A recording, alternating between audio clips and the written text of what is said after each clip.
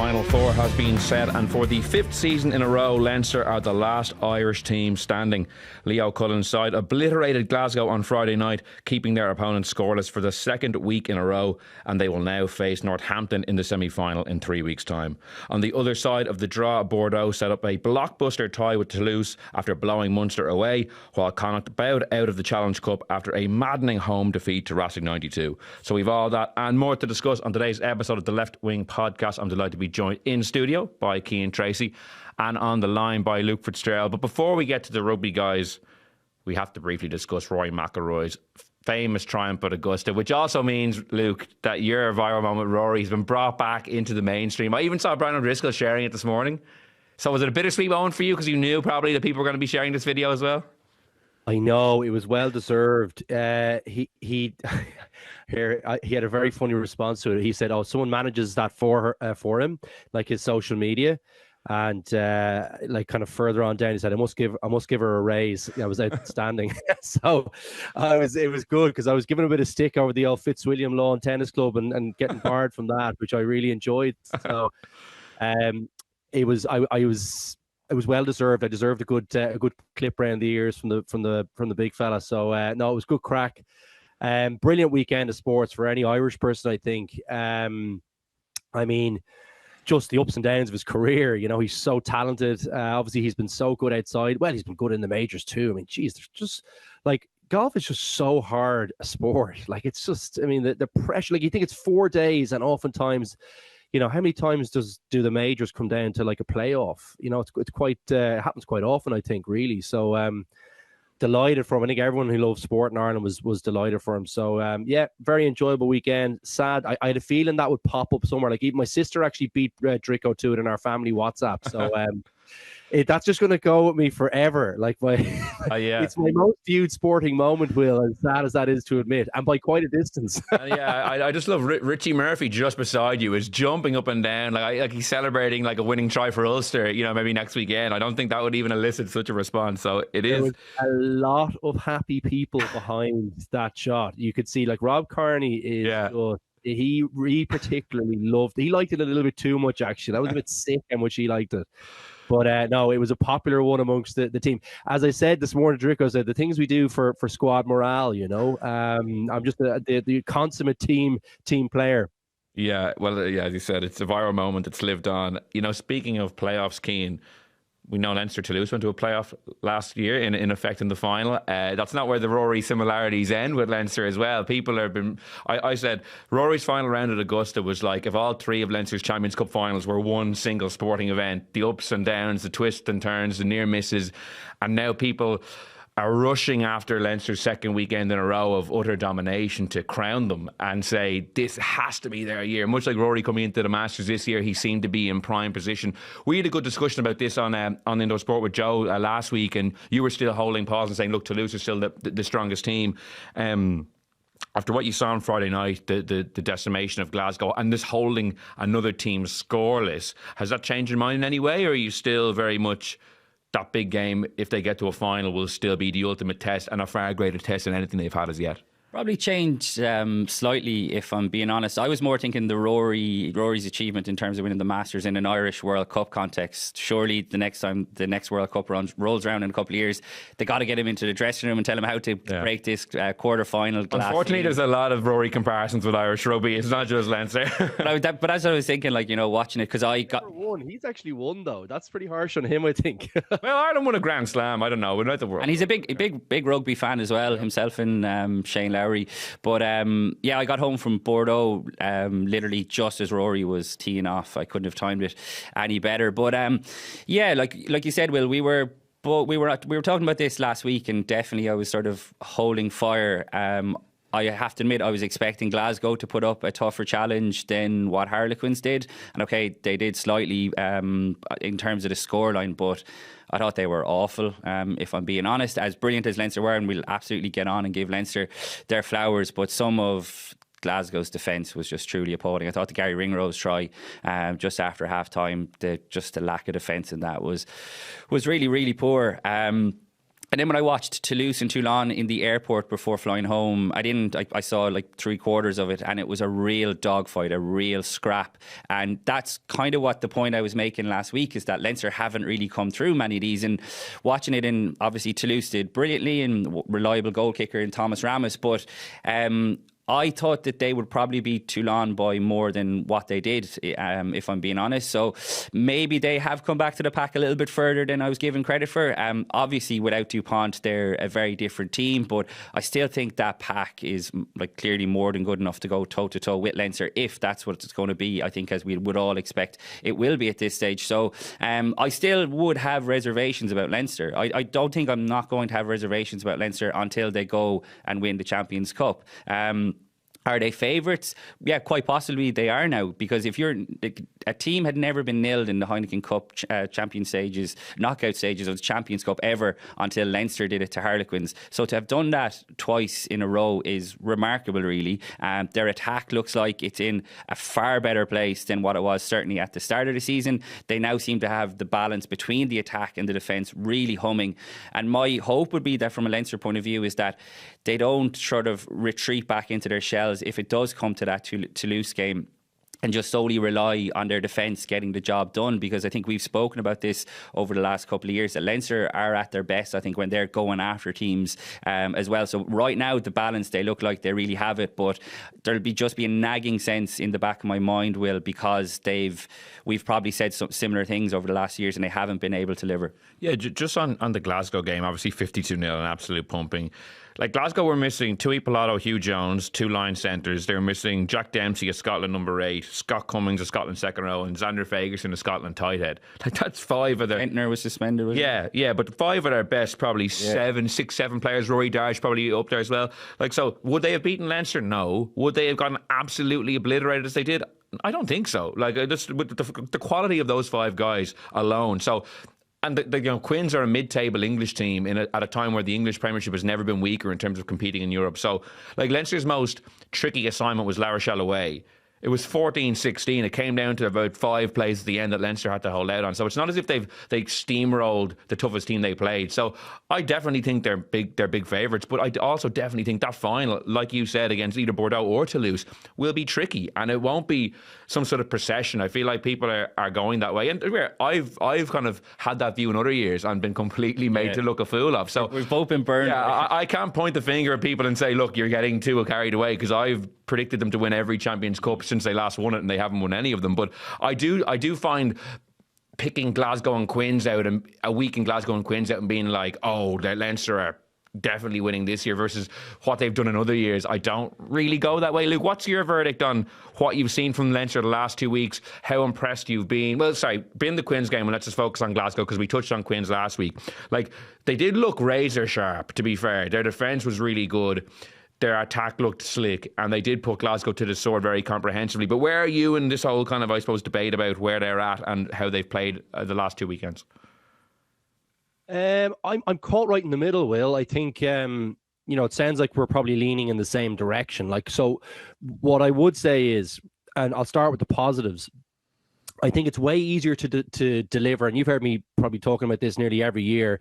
It's way easier to deliver on a big defensive performance in a pressurized environment like a semi-final or a final, because it's just organization and commitment. Do you know that kind of way? Now, there is a little bit of decision-making, positioning, there's a little bit of nuance there, but generally speaking, that's what it is. That's the key part of defending. If you can do those things, if you win the physical battle, if you're organized, and you get off the line as Leinster have been, really, really difficult to play against. And, it puts massive pressure on all the teams they've been playing against. So that's a real positive. I think they can reproduce that in a semi-final and a final more easily than in previous years, where, say, in Lancaster's era, where, they were blowing teams away, from an attack perspective, but they were just a little bit leaky defensively, right? So that's one thing I think is very positive. Yeah, it's not a foregone conclusion by any means, but they certainly are looking very, very, very strong. And where I would get that conviction from is in that defensive piece. I think they can deliver that. It's become a really key part of the team. I think they can win a tight game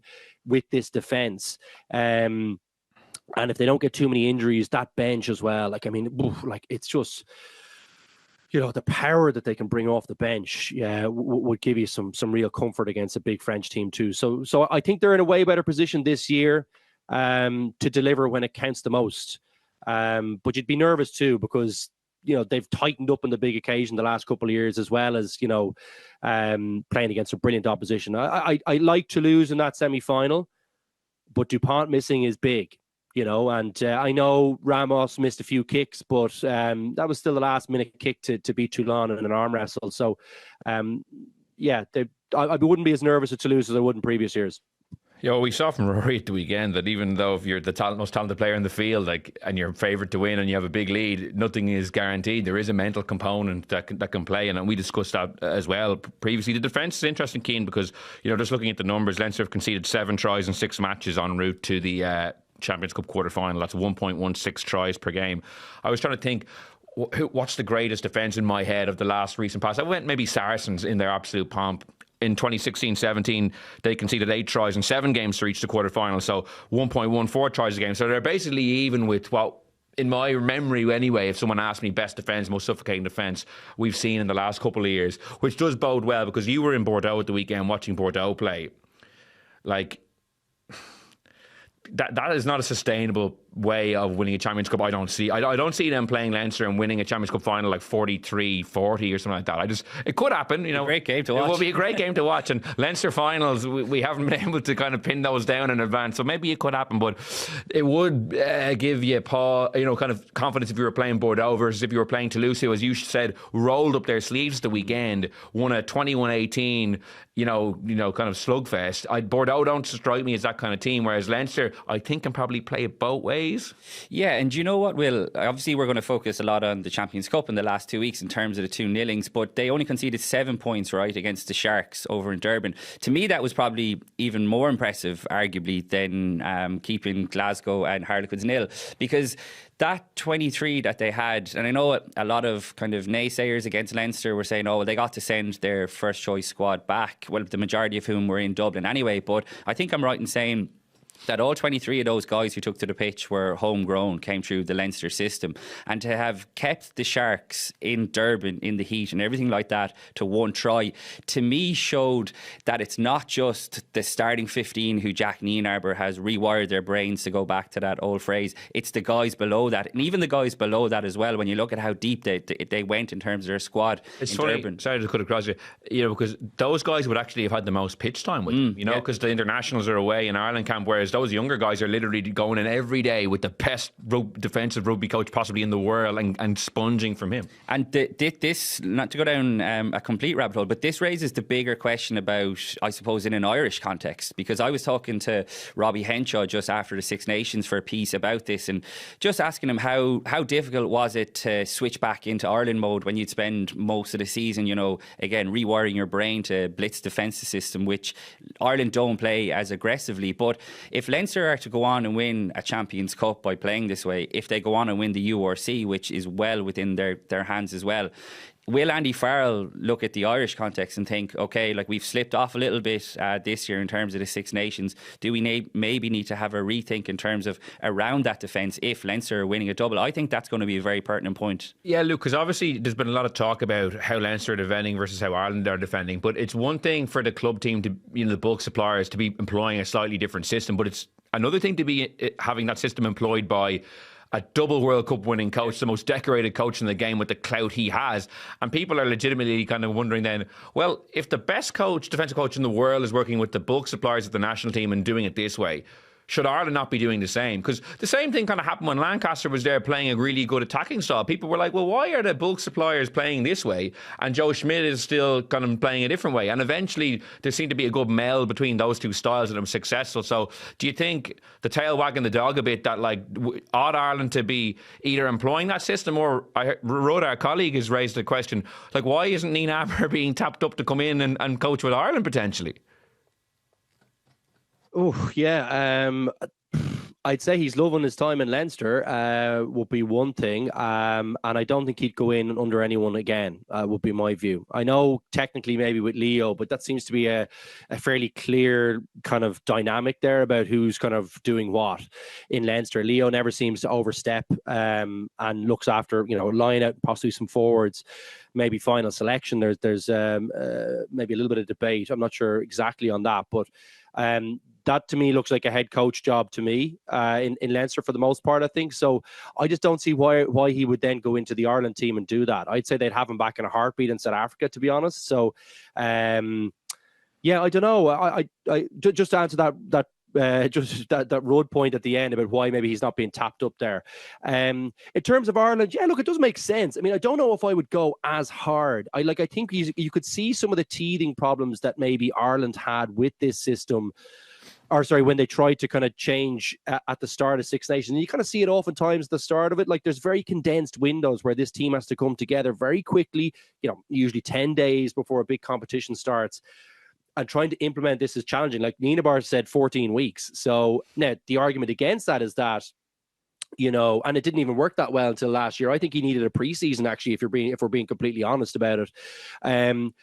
I think the argument then obviously against that is that, well, there's so many of the squad or Leinster players, they don't have that much to learn. You're probably bringing maybe, 8 to 10 guys or 12 guys along with you on the journey here.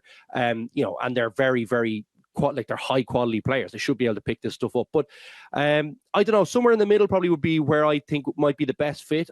Clearly this is the defensive system that nearly every team is employing. All the best teams are employing anyway. And Sean Edwards has done a version of this with Wales, probably less aggressive, slightly less aggressive anyway, which I never thought I'd say about a Sean Edwards defense. But it seems to be the best defensive system currently that's in operation. And I don't think we're going anywhere else with it. So, I think they probably could take a chance on it. Would I be as aggressive? Maybe not.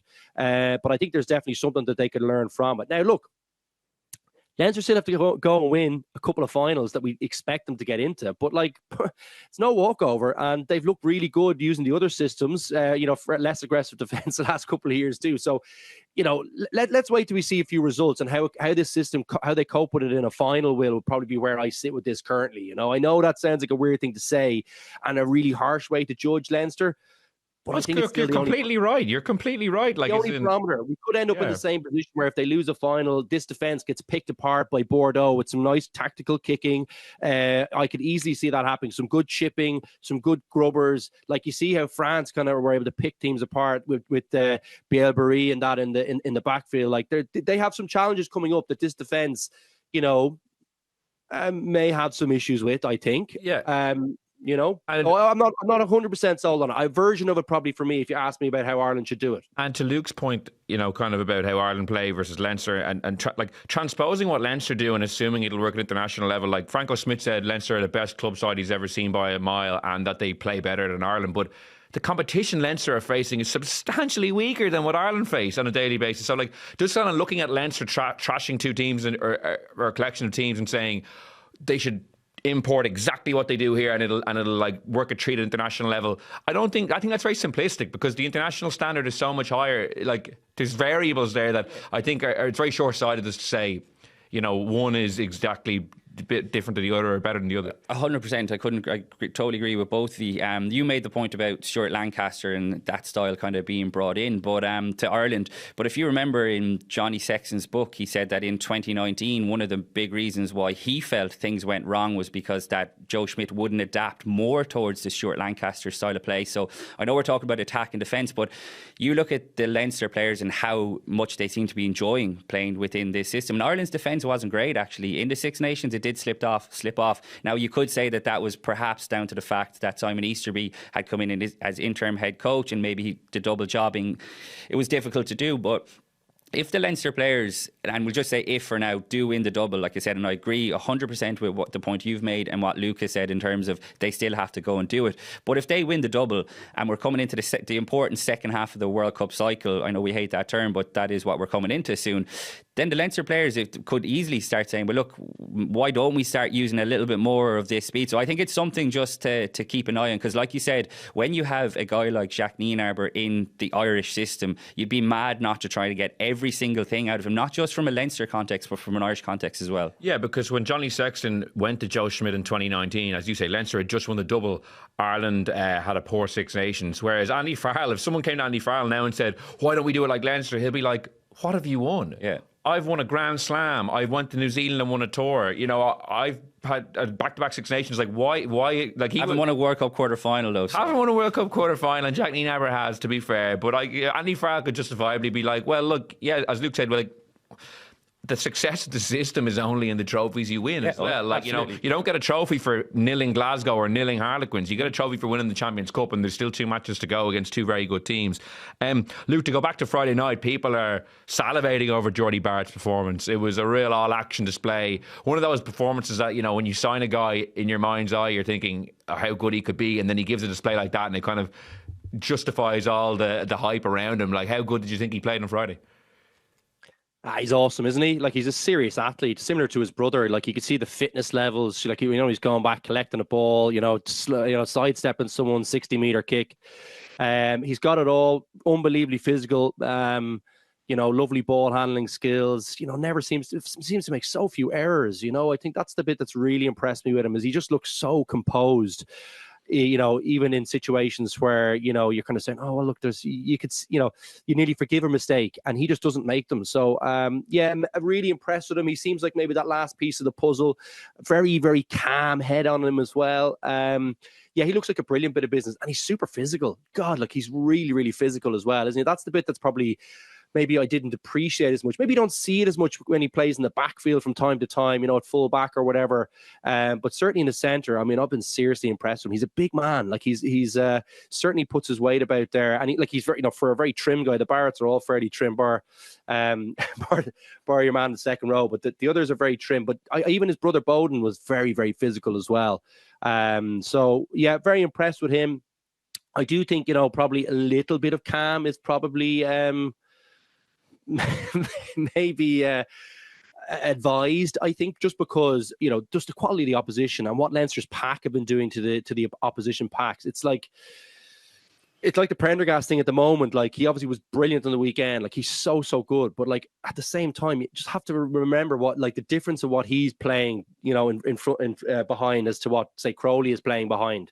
Very, very different propositions. The Leinster pack is really what is driving this thing for me. Backs are like some brilliant play from them, and I don't want to take away from them. It always sounds, you always are conscious when you're an ex-player that you don't want to be taken away from how good some of the play is, but like the ball is on a play for them. So I want to see them against really tough outfit to really make a judgment call on how the backs are playing. But so far, I mean, you can only play what's in front of you, and they've been absolutely excellent, haven't they? Yeah, certainly impressive. One guy who really stood out to me, and I actually think you can take from this part of the performance, even in a rout, was Tommy O'Brien. He's a guy that was really good in South Africa, didn't get the opportunity against Quins, and we were kind of questioning if that was, kind of more that we wanted to see him have a chance, and he got his chance, and I thought he was absolutely brilliant, in particular in the opening stages when the game was still a contest. Like, they hadn't run away with it completely.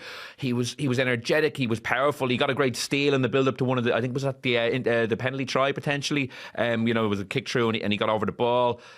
I actually think he should be nailed on starter now in 14. I actually think he would match up well against Bordeaux wings. That's how I kind of pacey. Oh, he's all action. I'm so glad you said that. I don't know, I'd love to hear what Cian thinks. I've just been so impressed with him. Everything about him, he's all action. We've been saying for a while, the key thing now is just that he gets a run of games, isn't it? I don't know what you think, Cian. Any thoughts? Yeah, I think I would agree with you, Will. I think he should be the starting right winger. Look, Jordan Larmour's obviously been injured for a while, and they've been shoehorning Jamie Osborne into there, which I just doesn't sit well with me at all. And I think against a team, even like a Northampton, whose backline is exceptional, I think they're the type of teams who could expose that. Harlequins just didn't do it whatsoever. But even in the France game in the Six Nations, just doesn't look comfortable, as brilliant as a footballer he is. But Tommy O'Brien, like, he's got the speed, but he's also made of granite. Like, he is aggression. He is an unbelievable. Like, he has both the aggression and the speed. And look, like, I'm sure everyone knows, but like he's not a new kid on the block, even though he might seem like he is. He's just had such a bad run of injury. I think he broke his leg. I think he did his Achilles or his ACL. His Achilles, yeah. Achilles. But this guy was a sprinter, a hurdler when he was younger, coming through school, and you can see that like sort of a freakish athletic gift I think that he has, and we've spoken a lot about the need for speed in Irish rugby over the last few years, and he has it in absolute spades. And the fact that he doesn't seem to have lost much pace since those couple of really bad injuries bodes well as well. And I think we've just spent a few minutes talking about Jacques Nienaber. I think he's done a brilliant job with Tommy O'Brien as well. He's kind of given him licensed as that shooter within the defensive line. Little bit plays like Gary Ringrose, I think, at times, and doesn't really have much regard for his own body. And at times when he's going into tackles, look, he hits bloody hard, but at times you're kind of wincing, going, you could hurt yourself as well as the opponent here. But what an asset I think to have for Leinster at this stage of the season. I'd be very surprised if he doesn't start now going into the Champions Cup semi-final. But you go back and look at what Leinster have been doing, they tend to just want to get Jamie Osborne onto the pitch. But I would much prefer to see an out-and-out winger there. I think it's going to be a big summer for Tommy O'Brien. Fingers crossed that he's fit. I would fully expect him to be involved in that summer tour for Ireland, and if he goes well in Georgia and Portugal, then we're having very different conversations when it comes around to November. I know Matt Hansen just recently got a central contract, but it's been interesting to see that Connacht have been playing him at fullback, so that's exactly what you want again from an Irish context. Yeah, and to your point, like Jamie Osborne getting the start against Quins, you have Northampton next, and if they win that, Bordeaux or Toulouse, who are lethal in the backfield. Like, I think Tommy O'Brien is a better matchup for those teams, and he's also playing out of his skin, and it would be a good reward to the guys in the second tier, or the perceived second tier. Obviously he's now ascended to the starting team. There's no way he's second tier now. Yeah, couldn't be. He couldn't be, Will. Honestly, I could see him picking Osborne though, because they do kind of strange selections sometimes. I agree. I think Cian's point on Osborne was right. I think he looks a little less comfortable on the wing. It's a very different defensive position than say first centre or at fullback. You're just so much more exposed there, I think. So and that's he's looked a little out of sorts, I think, just a little bit, like in games where Leinster are really dominating. It's only from time to time. It's not a knock on him. It just takes a while, and like to get used to being at the end of the defensive line, where you're kind of defending kicks, but also have a very real commitment that you have to be, part of that front line defense, particularly in a Nienaber type defense. So I don't know. I love Osborne. I just think he's going to be one of those guys who's caught for like two guys ahead of him, and Keenan, who's probably, if he's not the best, he's certainly top two, I think, of fullbacks in the world, in my opinion. Only my opinion, but I just think he's unbelievable. And then 12, it's Jordie Barrett or Robbie Henshaw. Like, so just really, really difficult time for Osborne to be trying to make it into the Leinster team. And generally, I'd be saying, like, get your best players in. But at the moment, for me, it's not Osborne on that right wing. I don't think so. I really think it's O'Brien. I think he's been playing brilliantly. His timing defensively has been excellent. I think actually one thing I would say to Cian is that, yes, he's been very physical, but he looks a little bit more controlled into that space than Gary Ringrose. I've been really, really impressed with his technique. Honestly, the way he gets his feet right, the way he plants right, I know he's very physical there and very committed, but I do think his technique has been really, really great. So good to see that, because he's very physical, and he does, if the technique's wrong, he will hurt himself. But at the moment, it's been really good. Just thought I'd make an observation. I'm so glad you brought it up, Will. I've been really, really impressed with him. And it's great to see a young Leinster guy as well, who's come up all the way through the academy too. All the chat about the foreign stars, this is one of our own there, so he's been brilliant.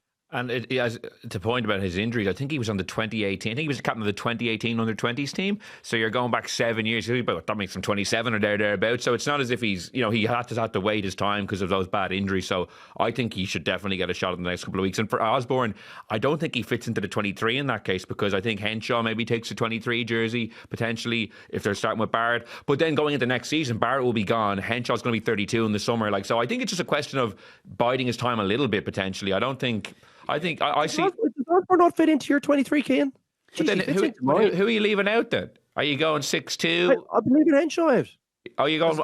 As awful as that is to say, like, Osborne covers more positions better than Henshaw. You don't have to move as many people. I think if you have Jordie Barrett there as well, he gives you a little bit of flexibility. There's a possibility that Leinster, when it comes to the crunch, maybe not semi-final, final, could go 6-2 on the bench as well, which would squeeze another back out. I would feel deeply uncomfortable leaving Robbie Henshaw out of my 23. So would I, but I just at the moment, like, I just don't think that's as clear cut, Will, as you. No, fair enough. Like Cian's point about Jordie Barrett Barrett's flexibility, though, means you don't need to rely on Osborne's flexibility as much. Yeah, that's fair. And it's almost blasphemous. I nearly don't wish I hadn't said it, but leaving Henshaw out of a Champions Cup final 23. But when you say Osborne, like, and it's kind of so flippant, I was like, no, hold on a second there. Like, he like that fullback, he was brilliant at fullback the only time we've really seen him this year. He's an excellent 12 as well, very physical in there, very comfortable, nice ball handler, lovely going forward. So I don't know, like that's a bloody tight call. I wouldn't like to be selecting that. And he also started. I have Henshaw, but just because maybe the experience in a final or something. But I don't know. He also started 13 in the Champions Cup final last year. Nervy. He didn't play well, really, but he did. But it's a year on, and he has plenty of experience. I think long term, in my opinion, anyway, I think 12 looks like his best position because he's brilliant on the ball. He's got really subtle hands at the gain line. He's got a big left foot, which is really handy as well. And I think you're right, Will. Obviously, Jordie Barrett is leaving at the end of the season. Henshaw is heading towards the back end of his career. So you would like to see, Osborne come even next season pushing him. I think 12 will be his long-term position. I think next season it'll be himself battling, potentially even being the starting 12. This year, as we say, we'll see. It depends. They have a lot of different weapons and options on how to select the bench and the starting team. Absolutely. And just a point on that, this is one of the big things about Leinster, why it would give me confidence that this will be their year, is that the health of their squad at the moment is pretty remarkable. James Ryan aside, I mean, they have pretty much all their big guns fit and available, and that's a testament obviously to the way they're able to rotate their squad during the season, but also to the S&C, the work that's being done behind the scenes, because they look really fresh at the moment. Now, it helps, I think, when you're playing knockout games at home, which they fully earned, but when you're beating teams like Glasgow and Harlequins, but they look like they're primed now to peak at the right time. Yeah, so they play Northampton in 3 weeks' time in the Aviva Stadium on a Saturday evening of the May Bank holiday weekend. Let's go to Bordeaux, Cian. You were there, obviously. Not quite as the occasion. If we could go back to Bordeaux, let's go to Bordeaux, Not quite. Podcast in Bordeaux. Not quite the occasion of the La Rochelle weekend, the weekend before, but you still had it was still a good atmosphere, I'm sure. 47-20. Did you bring us back some good grog or no? You did, yeah. That's for the post-match pod, yeah. I've gone to your own stores, I see. That's very disappointing. Yeah, so Bordeaux 47, Munster 29. For me, I look at this game and I think it's a massive missed opportunity. Yes, Bordeaux are lethal when they get time and space, but the Munster error count, the line-out malfunctions. Like, I'm looking at this game and I'm thinking, if Munster's line-out doesn't go to pot, if they even have like a little bit of parity there, like, I don't see them getting completely blown away just because a lot of the Bordeaux tries came from that area or came from stopping Munster knock-ons. If Munster were a little more buttoned up in their performance, as much as it was taxing to go back to France a week later, as much as Bordeaux were the one seed and are a great team of great players, I still look at that and think, God, like, Munster shot themselves in both feet repeatedly in that first half. And they left themselves with a scoreline that was just insurmountable. I know they almost snuck in for a late try that would have made it a little bit of a hairy finish, but they were never going to win the game after the start they had, and it was a lot of self-inflicted stuff, I thought. Yeah, it was, and I think that's what will hurt them most, to be honest. Like, you've touched on a lot there. I think as an occasion it was amazing. I know you were in La Rochelle obviously the week before, but French rugby, they just do things so well. On the back of the World Cup, you saw the way Bordeaux walk in through the tunnel. It's amazing how they do stuff. There's so much, I think, from an Irish context that we could learn from, and the place was absolutely heaving. They've pretty much sold out. It was my first trip actually to the Chaban del Mas. I'd been in Bordeaux, but at the football stadium for the World Cup game, Ireland-Romania. It's an amazing place. It's a little old school kind of stadium. It's real old school. It's got kind of like a kind of what you call it, like a moat going around the side of it. It must have been. I don't know what the actual history was in terms of why that was there, but the Bordeaux fans are amazing, and the noise they made. And look, I know there was a huge number of Munster fans in La Rochelle the previous week as well, but myself and the few of the other journalists who were there reckon there was 2,500 to 3,000 people. It was a huge amount of supporters just below the TV cameras, so they didn't quite pick up on them, but they were dotted all around. So it was amazing, I think, to see that sort of reconnection, Munster, the Champions Cup, and people like digging deep into their pockets like 2 weeks in a row. It's like a massive flaw of the tournament, as we pointed out last week. So the occasion, Will, was amazing, and look, it was all set up, but you're watching Munster even in the early stages, they just looked a little flat. And I think this was the big concern that everyone would have had, is that they're going back to the well 7 days later. And look, the well wasn't completely run dry, but it had taken a significant hit. And I think a lot of their errors, look, it's an easy way out but to say that, and I'm not putting it on that, but you cannot go to the south of France in particular and have a shambolic line out like they did. It was... What on earth happened? Because it was like loads of different areas. It was like Bordeaux were stealing some good ones, but there were some overthrows. There was some, like even Peter O'Mahony like fumbled one that was in his hands, and he's great at the line out. It was like a complete systems failure there. There was everything that possibly could have went wrong, and you're right in the line out. At one stage, Guido Petty stole a ball, and I actually thought it was a Bordeaux line out. He just went up and claimed it that easily. And what was really jarring, Will, is that they started with Diarmaid Barron, and actually, just as we're speaking now, speaking of Diarmaid Barron, we've a bit of breaking news that Munster have signed Lee Barron and Michael Milne for the rest of the season now on loan, which I think is a really big boost. Because Lee Barron will start for them, probably. Lee Barron is going to, you'd imagine, come straight into the reckoning. But they basically had both of their hookers play a half each, because Niall Scannell came on for Diarmaid Barron at 38th minute. He went off injured. You had Tadhg Byrne there, who is Munster's main line-out caller. You have Peter O'Mahony, one of the best line-out operators in the world. And they still could not figure out what was going on. I think you have to give credit to Bordeaux. Their defensive line-out is excellent. But like I said, you can't go to France and cough up that many lost balls. Did it 30 turnovers conceded? Or not 30? They lost 9 line-outs. Yeah, 57%. They were conceding turnovers. They were missing tackles. And then once they actually started playing, the underbelly of Bordeaux was shown up again, but concede 4 first half tries without reply just gives you way too much to do. And I think that's what will really hurt the most, because I think as they were nowhere near their best, and they hit a serious peak the week before in La Rochelle, but the way that Bordeaux gave them opportunities, there was just a sense that they didn't even nearly need to be at that 100% level. Maybe like 90, 95 would have done it, but unfortunately they were down maybe at 75, 80, and it really cost them. Like even Bordeaux conceding 29 points in that game to a Munster team who were like shambolic in the first half makes me really question their Champions Cup credentials. I conceding 31 the week before to Ulster, and both of those games Ulster had a try ruled out at the end to make it a 1-score game. Munster almost snuck in the corner with tackler Abrahams to Farrell, who was just playing out of his skin, made a phenomenal tackle. Like both of those games almost came down to the final play, despite Bordeaux looking like they could win those games by 50 at times.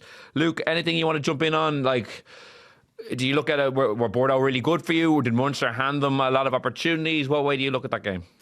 Oh, look, like Munster definitely will be kicking themselves. There's no doubt about that. And Cian's covered that really well. I've nothing really further to add on that.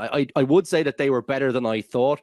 Like I stupidly did the old put out a tweet just before the game going, actually, if they can keep the 2 Bordeaux wingers quiet, I actually like Munster's matchups here. I think if they play well, I think that I don't see why this is like Bordeaux are big favourites, and stupidly like proper egg on face tweet as per usual when you put something out pre-game. But what I was impressed with, I thought the 2 boys in the centre were very good. I thought Van Rensburg and Mofana were quite good. They're very physical, like they're good. I love Luku. I really like him. I think he's excellent. I thought his kicking was quite good. Actually, was 1 or 2 loose ones, but for the most part, some brilliant kicking from him, and kept that kind of big pack going forward. I thought Munster did well enough at the scrum, which I thought they might be under a little bit of pressure there, and I'd wondered like that. It's quite a big looking pack that Bordeaux have. But I thought they'd be more destructive there. They weren't really. I didn't think. Look, the big thing is just the line out. I didn't think Crowley had his best game, but I thought he was under more pressure as well. He had some lovely moments. I mean, the Andrew Smith grubber was a gorgeous grubber through, and he did have some good moments in the game. He had some good kicks, but he was just a little loose, I thought, at times. And just it's a disappointing performance for them. I think a lot to play for at the end of the season. I think URC, we talked about URC being probably more realistic for Munster this season. And I really like the look. I think they're obviously Leinster players, but like leaving my blue jersey firmly locked away. Great to see Milne and Barron going down there. I think they could make a big difference. It's an important part of the season for them. I think that could be exactly what Munster need. They're in that situation where... Sorry, I'm moving on to league now. I think we've kind of covered pretty much all the key issues in the match, to be honest with you. But I think when I look at the league, they've got a tricky couple of weeks now, and I'd really like to see them finish.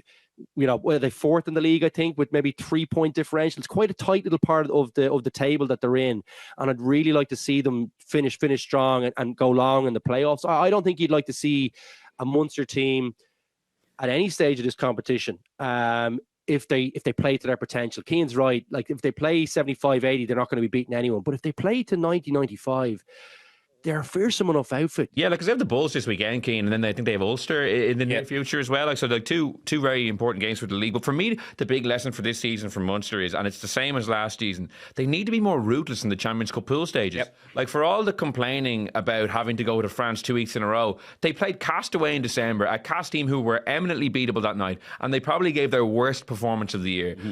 Last year, they played... You know what? They blew a game against Exeter. They drew at home to a weakened Bayonne team. They went to Toulon and had a great win. And then against Northampton, they played 14 men and blew that one as well. Like, they could easily have set themselves up the last 2 years for home knockout games in the Champions Cup quarter final. So as much as La Rochelle was a great contest, and I've heard people say, oh, they just ran out of steam. Like, it was all within their control, in my opinion, to have a much better Champions Cup campaign. And while their squad has been decimated by injuries at that time of year, that's another thing they need to look at. They need to make sure that they have their men on deck, and whatever they've been doing in their prep ensures that they have guys not just for the run-in, which is usually when they've all been able to come back, but for the whole season. Yeah, absolutely. And I was at that Cass game, and I was writing about this yesterday, and I'm glad you reminded me to bring it up on the pod. They were awful that night in Cass, and I know Cass got to the quarter final as well, but got well beaten by Northampton at the weekend. But Munster had 4 pool games. They lost 2 of the 4. Now, I don't think there's any great shame in losing to Northampton. With 2 bonus points, I think. Yeah, that was just a brilliant game, and I'm not having to go at that at all. But the reality is, Will, if they had beaten Cass, they would have been at the other side of the draw. And they wouldn't have had these sort of back-to-back really tough games against 2. I know La Rochelle are at a low ebb, but they're still a very good team.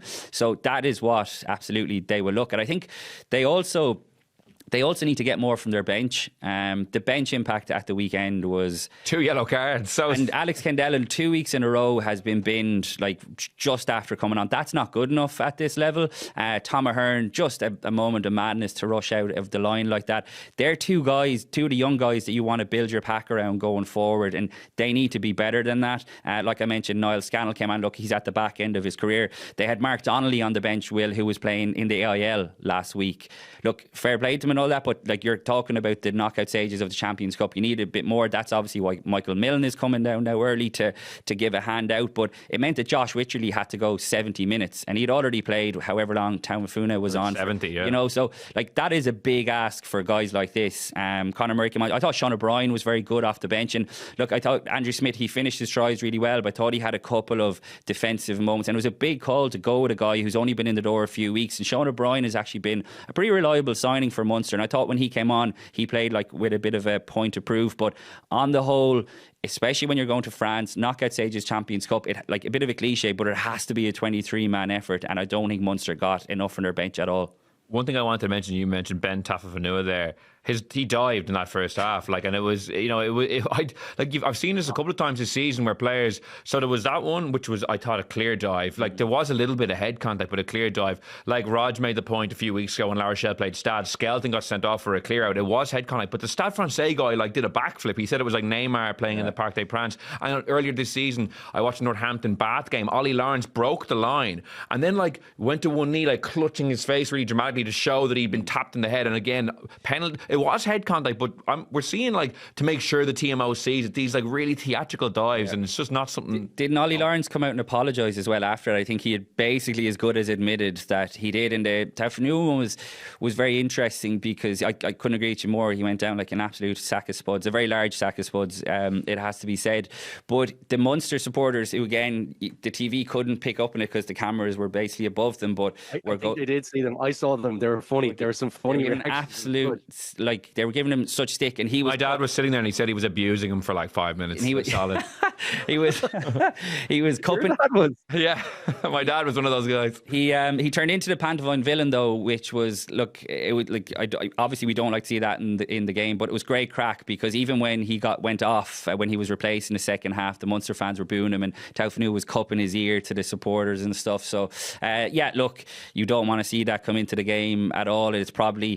It's a bit like, I suppose, football in terms of like if you feel contact in the box, go down and make sure you get the penalty. But it's just not a road that rugby wants to go down at all. That's why I thought Nick Amishakeli was really good because like the dive, the crowd baying for blood, I thought he was real crystal clear and I thought he made it good. He explained it very well for the people watching on TV, like about why he wasn't giving a penalty. And there was head contact, but it was, Taufanu was stooping, Klein was stooping. He couldn't have gotten any lower, a guy that size. And I thought it was very well managed. I thought it was brilliant technique from Klein. I really do. And that should save you. That should save you that you're trying to do the right thing. So I was actually really pleased with that one. You would wonder about some of these things, whether you should have some kind of, retrospective action. Like, I just don't think it's right. I think Cian's right. I think this kind of stuff slipping into the game, particularly when everyone's so kind of conscious of getting hits to the head. I'm not going to lie. I really don't like it. And I think if we're going to be really hot on people being careless with technique and careless with, how they're approaching contact, people faking stuff, they should get absolutely cleaned out afterwards as well, because it's not right. Yeah. It's not. It really ruins the game, Google the one of Skelton a few weeks ago that Ross was giving out about. Like it is a head high, clear out, but the guy like almost as a backflip, like, and is like clutching his face. It was like outrageously over the top in terms of a reaction. Just to tidy up this one then, Cian, like Bordeaux, we were talking about them, their Champions Cup credentials. We'll talk about probably Bordeaux Toulouse closer to the game, but can they win the Champions Cup with how many moments they give up in a game? Like, they conceded 60 points to Ulster and Munster across 2 weekends, teams that are being painted as like in crisis at times this season.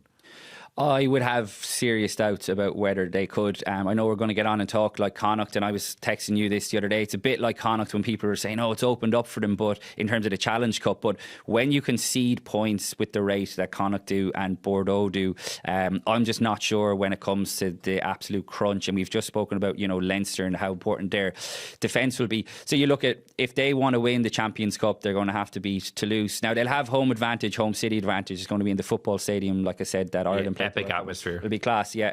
And they're probably going to have to beat Leinster as well.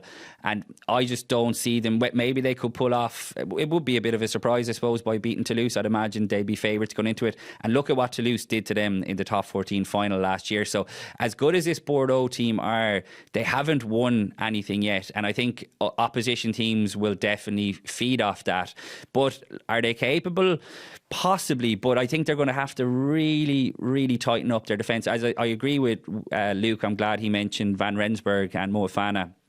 I touched on Moefana last week in the chat we were having. I think he's playing really, really good rugby, but it's not just sort of their defensive lapses, it's their mental lapses. They just seem to go to sleep. And then and Ulster did it brilliantly as well. Once they kind of, the opposition get up in their face and rattle them, there just seems to be a little fragility there. And that's something that they're going to have to get over, because this is the best chance that probably they'll ever have to win trophies with this current squad, and particularly with that backline. And actually, their pack, I have to admit, was probably better than I had imagined going into the Munster game. I thought they were very, very good. I mentioned Guido Petty, Taufanu, Jefferson Poirot. I'm a big fan of the hooker, Lamont, the ginger guy with that. And he scores a lot of tries. Yeah, he's good. As well. I thought Pete Samu was excellent as well. So they're a very, very good pack. I don't think they're as good as the Leinster pack or the Toulouse pack. So I think when you put that into the equation, their defensive lapses and their mental lapses, Jordie Barrett at 10, I think, is a bit flaky still as well. A couple of kicks that he got away with at the weekend because the backs outside of him had built a big enough score. And I think some of Bordeaux's kicking game was excellent. It really hurt Munster, and Jordie Barrett did a lot of good things, but I think he has a tendency to sort of switch on and switch off as well. So put those four aspects into it, I would say I'd be surprised if they could go and win it. I still think Toulouse and Leinster are both ahead of them. Yeah, that'll be an absolute cracker in a couple of weeks' time, which I'm sure we'll touch on then. And if they can, the one thing you would say is the wingers, though. Yeah. I mean, God, like, you just make one mistake. Like, even at the end, like, I know there was some lovely play when Bordeaux, I think, did they have 13 on the pitch at the time? Yeah. For that last try, like, it just, there's no catching them. Like, they're just so dangerous. Like, even Pinot, like we all talk about, and Biabiri is a nightmare, like, to defend against. Who's better, do you think? I think Penno is better. BLB race faster, but I think Penno has more to his game. Bielbury's so quick though. He's so like it's just it's like having Habana. It's like having Habana at the height. Like it's like one mistake and a chip in behind and it's done. Like it's over. No one's catching them. Like he's making guys that are quick, guys that are good athletes look very, very average. And those two have done it at an international level as well. So this game is as quick as it gets, and it gets quick towards the end of the Champions Cup and very comparable to an international. It's still not as quick. This game is going to be played. It's played a little slower for them. Now, Toulouse still have some serious operators there, but they don't have to play that great. If they can hang in there, like those guys, they'll find something in the game. Like they're so dangerous, guys. I honestly really feel like they're hard to contain. That's one thing I would say that is in their favor, is that they can have an off day and they can still put 30 on you. Like it's not like, it's not like Connacht where you feel like, look, you could probably contain Connacht. Connacht have to have a brilliant team. They have to play brilliantly as a team to kind of score their tries. These guys just have to have a moment. And that's it. At fullback as well, Luke. They were obviously missing Roman Burras, who I think is a class player, but John Echeverry, who came in, 19 years old. Anyone who watched the under-20 Six Nations, he was sensational, one of the best players of the tournament, particularly very good against Ireland down in Cork. But like, he was 19 years old and he came in. I know he had the yellow card and conceded the penalty try, but other than that, his footwork to beat Gavin Coombs for the Pete Samu try was exceptional. So this guy looks like he could be the next Penno or whatever coming through. So they're not going away, I don't think, anytime soon, even if they don't get it done this year. And they have Duportier in the centre as well, who was injured, who's a quality player. Luku playing unbelievable. Luku for me is the key almost. Like his clearance kicks are sensational. Like it's so punitive. Like you're being marched back. Like if you might spill the ball on the 5 and he box kicks you to the halfway, it's an absolute killer. He did it against Ireland as well. He's better than I thought. His delivery is very good as well, guys. I thought his delivery was very slick. Cian, you probably saw it better now on the pitch. When I looked on TV and every time I see him, I think, it's slicker than you think. It's quite good. And like Seymour Fana in that Marseille game, like Luku obviously coming in for Dupont didn't have a great game. And to be fair, I probably was a little then dismissive of them as as top level players, but they both have been sensational this year. And Luku is probably arguably like front runner for European Player of the Year at the moment. He's the heartbeat as well when you're over there. I don't know if you saw it at the end. He was giving it socks to the crowd. They absolutely love him. Of course, they love the flair in the back three, like I said. But Luku, I think, is the heartbeat of this team. And you touched on it, Will, and we should go back to it. The tackle that he made on Takir Abrahams in the corner was outstanding. At that stage of the game against Munster, they only have 13 men. Like, so if hypothetically, if Munster score there's 2 minutes left, they're receiving a kick-off with Bordeaux only having 13 men in the field. Like, not a guarantee of anything, but they would have had a sniff, which would have been the most outrageous, whatever, because they were completely beaten out the gate in the first half. Okay, just to finish up, we don't have too much time. Connacht Racing 43, Connacht 40. Cian, they were 21-5 up after 13 minutes, with Racing having had their winger sent off for a high tackle on Finn Tracey, which actually had a huge knock-on effect because Finn Tracey had to go off. It started the kind of the cavalcade of subs coming on and then getting injured, and it ended up with Matthew Devine, a scrum half, having to play in the backfield, which was a key, I think, contributor ultimately to why they lost, as much as the maul completely was a factor from Racing getting a couple of tries there and their power game really telling. Lergarek pulling the strings. I can see why La Rochelle want him so badly. I wish Raj probably wishes he could have got him on a loan like Munster got Milne and joy to the Irish system. I don't think they're going to send him. Lee Barron. But like, how do you reflect on Connacht's missed opportunity? Because I know it's kind of a cliche to say, the Challenge Cup was set up for them this year, but at 21-5 playing 14 men for 67 minutes, you would have liked to have seen them, and they were rampant at that stage. They were playing good stuff.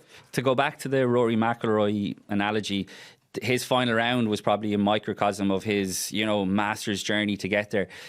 The Connacht performance was a microcosm of not just their season, but I think last season as well. Scored some really good tries, looked excellent for periods, but wow, defensively again, and up front, you mentioned the maul, Will. They got absolutely pulverised by a big Racing pack who were very good, don't get me wrong, but once you go into that lead and you're at home, you would really, with a man extra, you'd be really expecting them to push on. The injuries absolutely did play their part, but I don't know, it's pretty it's pretty deflating for Connacht, because I know they're gone to South Africa now. They're gone without Bundy Aki and Mac Hansen, who were both injured. Their season is really threatening now just to peter out. And it not just has knock-on effects, Will, for this season, but it has knock-on effects for next season. At a time when they're doing up the stadium, they're trying to sell season tickets. They're hoping to be in. I think they might miss the first couple of games next season is the latest word, but they'll be into the stadium then, trying to sell extra season tickets. It's not great. There's confusion over the future shape of the coaching staff. It's really disappointing, because I think it had looked like Connacht were in a good place in terms of the young players that were coming through. And look, they are still coming through, but they need to get a bit more clarity, I think, even for the players. Maybe the players have clarity. Certainly from those of us on the outside looking in don't have it. I think the supporters deserve a bit of clarity in terms of what's going on. Pete Wilkins, look, is still off on sick leave, and we wish him all the best. But it means that Cully Tucker, who's the scrum coach, a bit like Simon Eastby, is now double jobbing, and he's been, I suppose, taken away from his main jobs. It has to be in a bit like Ian Costello in Munster. As well. So there's a lot going on in Connacht, and it's a massive missed opportunity. But I made this point earlier. I still had doubts that Connacht were good enough to go all the way in the Challenge Cup, particularly when the big French teams became involved, because look at what Racing did in terms of exposing their Achilles heel, which is their defence and their pack. So it's disappointing, but it could about to get even more disappointing. Yeah, like Racing are a far stronger team than Connacht. It's just more how the game unfolded. Like 21-5 with a man sent off. That's where my disappointment comes in. Like before the game, when you look at the two team sheets and you think, well, if Racing get a run on them with that quality and that power, Connacht realistically probably couldn't contain that. But just the start they had, and even up towards the end, because Racing did get a couple of fluky tries as well. There was a couple of bouncing balls. There was a Lara Garek one in the first half and the second half that were kind of fairly fortunate. Trying to make your own luck as well, though, you know. Yeah, like if you think about how they've been defensively for quite a while, Will, like I think that Cian's point is right. Like you're kind of anticipating those things. You're kind of more alert to it. You're in better positions earlier. That's the big problem for this team. I know they'll struggle with the weight against the big packs, and you have to figure out a way to just stop some of those, like one of those tries or two of those tries. You've got to try and figure out a way to stop it. But it's just generally speaking, like if you're conceding kind of 30 every week, and that seems to nearly be the barometer for them. And that's a good day, I think. You're going to be in trouble. You're going to be in trouble come the latter stage of the competition. We were talking about the same thing about Bordeaux, but that's to a far lesser extent, I think, and they're against better teams. It's a worrying time for them. I think there's a few bits they need to kind of get sorted out. And first thing I'd be looking at, and I'm blue in the face saying this about Connacht, but they've got to get the defence sorted out. They really need to figure out what's going on there. And actually, it's not just a coaching thing. I think the lads themselves need to get together, and I do think that they need to, there's too many sloppy ones that they're just letting in, bad tackling. That's just showing up for your teammates. So not to have a real go at them. I still think that's been a good competition for them. Obviously the league is the more disappointing aspect for me with Connacht, to be honest, but the defence, as much you can blame a defensive coach all you like, but at some point the players have to look internally and say, lads, we're better than this. We need to show up week to week and figure this out ourselves and show up for each other, because I think if you have that attack, you'll be a threat against anyone, and they are a threat. You'd be worried about them defensively. So I'm disappointed for them, and it looks like they've got the two back-to-backs in South Africa now. It's this season could end quite badly for them, I think. And it's disappointing. I think they're a better team than what they're showing, particularly in the league. Yeah, it's funny. Like they've played 10 matches in 2025 and they've conceded on average 26.7 points per game. And the funny thing is, I thought that was going to be far higher. I was like, oh, it's actually not as bad as I thought. I think they had two games against Cardiff when they didn't concede huge scores, but they've 26.7 a game isn't great in any, like, no matter what. Like, yeah, and we touched on this as well last week, Will. They haven't got enough from their NIQ signings. Look, I know Josh Ioane went off injured at the weekend, but Santi Cordero has been such a disappointing signing. He had a really bad injury last season, but since he's been back fit, like, they're the guys who you want to lift everyone around you. And look, I think Bundy Aki did a lot of the heavy lifting, as he usually does at the weekend, but you need to sprinkle other guys around them, which they have, but they haven't quite delivered. And I know, look, it's probably unfair to compare them to the three at Leinster, Jordie Barrett, Slimani and Snyman, but even look at Takir Abrahams and Munster, Alex Nankerville, they've been delivering over the last couple of weeks. They were actually probably two of Munster's best players at the weekend. So Connacht need to get more from those kind of guys that they're bringing in from the outside as well. And Owen Farrell coming off the bench, kicking a drop goal and 2 spirals. All of a sudden, he's on the plane. In front of his dad as well. Oh, yeah. And Andy, he didn't want to see anything else. He just had to go back and watch Owen and see. I feel like... Do you not think that that's realistic? I think that's... Oh, no, sorry. I think it's likely. Not only realistic, likely. But I just... the way he was on the bench behind Dan Lancaster and he kicks a drop goal barely off the post and 2 spirals and it's like, oh, look at that leadership. Like, he's... Oh, like, that's what people are saying. I'm seeing this narrative. Maybe just because I'm so against it that I'm like searching his name and seeing like people with 2 followers tweet it. I'm like, shut up. But like, I just feel like... Ian? No. Oh yeah, look, we discussed this a few weeks ago. Yeah, I would definitely have Owen Farrell as long as he's fit in the squad. I think he's absolutely world class. On that note, I know Cian has to go off to Munster, a Munster press conference, so we'll leave it there. And I don't want to get into Owen Farrell. We'll save that for another podcast in the future. We'll save it for when he's named in the squad. Well, yeah, March 8th. March 8th. We've 3 more we've 3 more match weekends before the squad is named. So there's still a bit of moving parts there. So we'll see. But for now, Cian, thanks so much for joining me, and thanks Luke as well. We'll be back next week with another show reflecting on the URC action over the Easter weekend. Until then, thanks so much for listening, and goodbye.